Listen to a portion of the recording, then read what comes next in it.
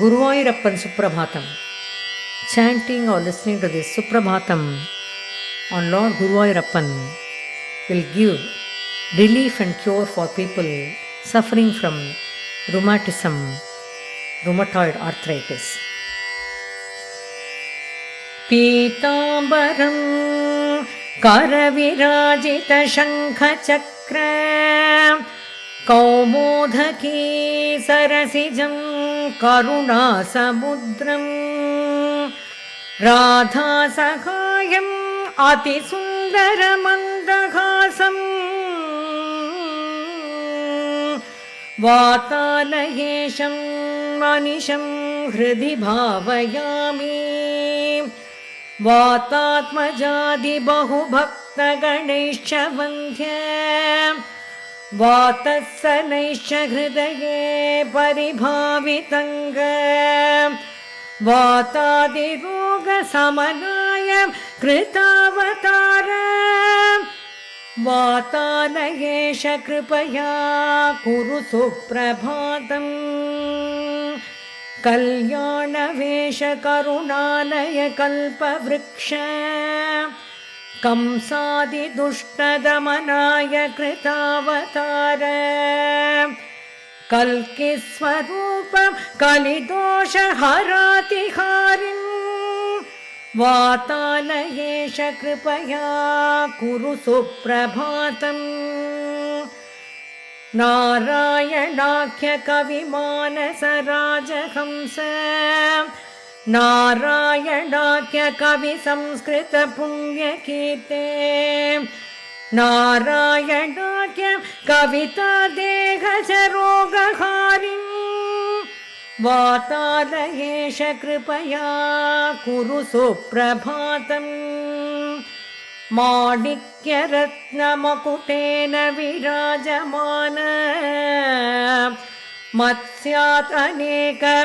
कलयत्र कृतावतारं मन्दारमाल्य मधुवासित दिव्यगात्रं वातालयेश कृपया कुरु सुप्रभातम् भाग्योधनेय भरतेन भरो भवाख्यो भक्तार्पिताश भवदीय पदारविन्दे श्रीभट्टनाद भववत्स मिहार्पयेऽहम् वातालयेश कृपया कुरु सुप्रभातम् प्रह्लाद नारद पराशर चारुदेष्ण बाल्य अम्बरीश सुखवायुसुताद्ययश्च द्वारिस्तुवन्ति वरदाखिल लोकवन्द्य वातालयेश कृपया कुरु सुप्रभातम् त्वं केरळवातपुराधिनाथ श्रीवेङ्कटेश स्वयं आन्ध्रदेशे त्वं द्राविडेऽस्मिन् गुणशीलनाम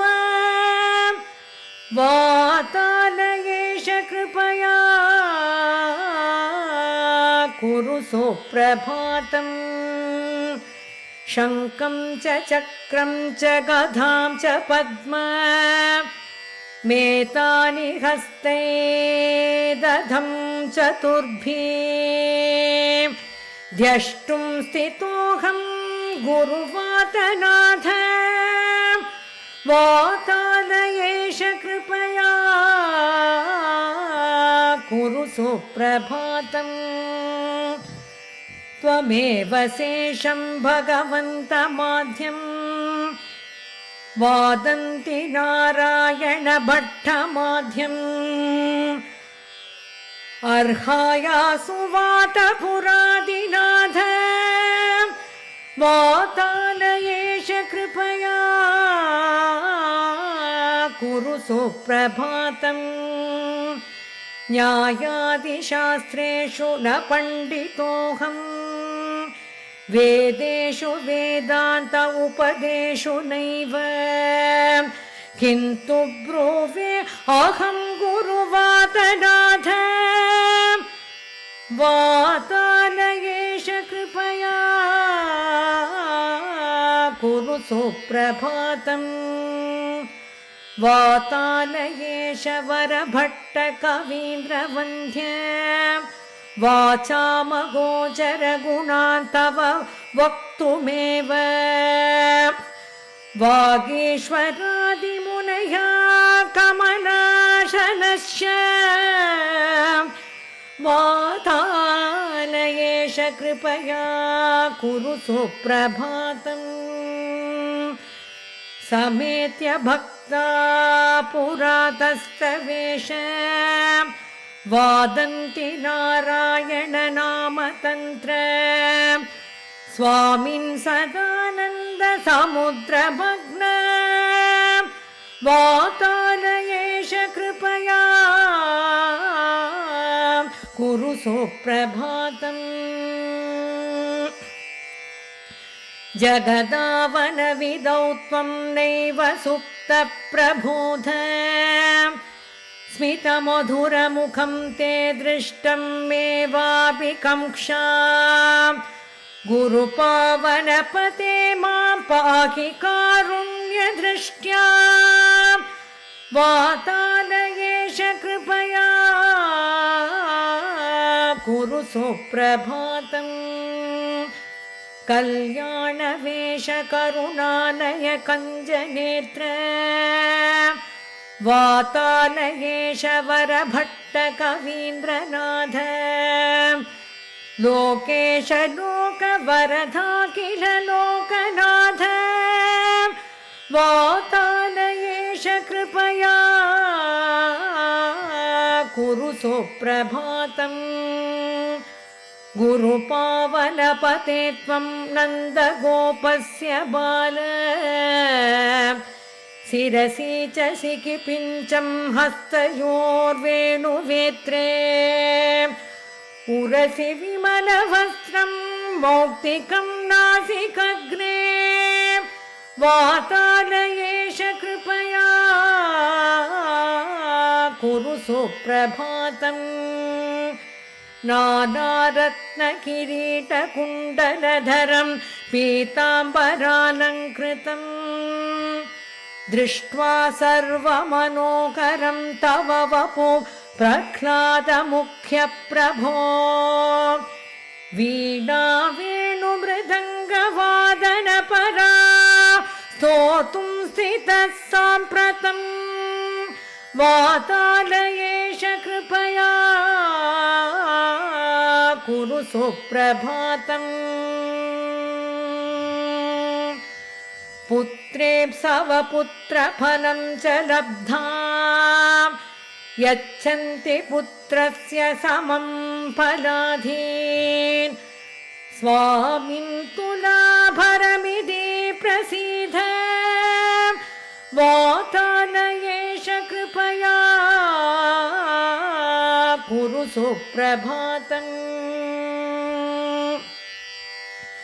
घण्टनादेन भक्ता इति मुदा पुष्करण्यां निशन्ते स्नात्वा च अचरशीलपावनपुरपते ते आलयं विसन्ति दृष्ट्या तैलेन सिक्तं पुनरपि पया चन्दनार्धं दयार्द्रं त्वामोधं बोधिभग्ना पुलकिततनाव सुप्रभातं वदन्ति नाहं गजेन्द्रो न च दैत्यसूनो न च अम्बरीषो न च वातजोऽहम् स्तोतुं भवन्तं गुरुवादनाद स्थितो अहम् अज्ञान कुरु सुप्रभातम् मातो जात सर्वगुणैर्विहीन दारिद्र्यदुःखेन सदा दृदोऽहम् वन्दे सदानन्दमयं पुराणम् वातालयेशं स करोतु भद्रम्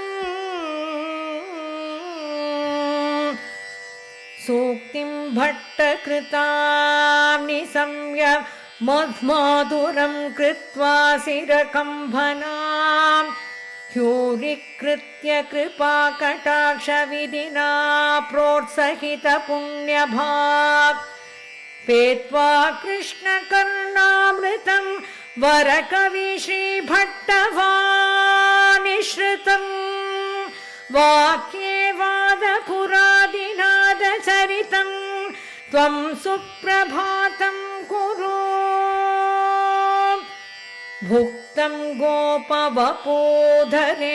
भवतां शिष्टानामेव स्वयं दातं गोपकिशोरकैरनुदिनं बृन्दावनन्दे प्रभो स्वामिन् भूसुरभोजनात् परम् अहो त्वद्भोजनं सम्प्रदाम् पश्यमो गुरुवादनाथ भगवन्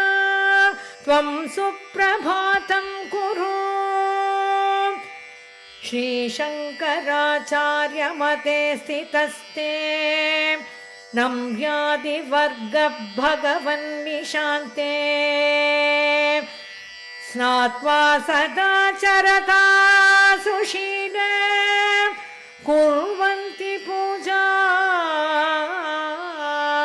कुरु सुप्रभातम् ये वा भवाम्भोधिजले निमग्नाः ये वातरोगादि सतैश्च तप्त ये काममोहादिकलैश्च बाधे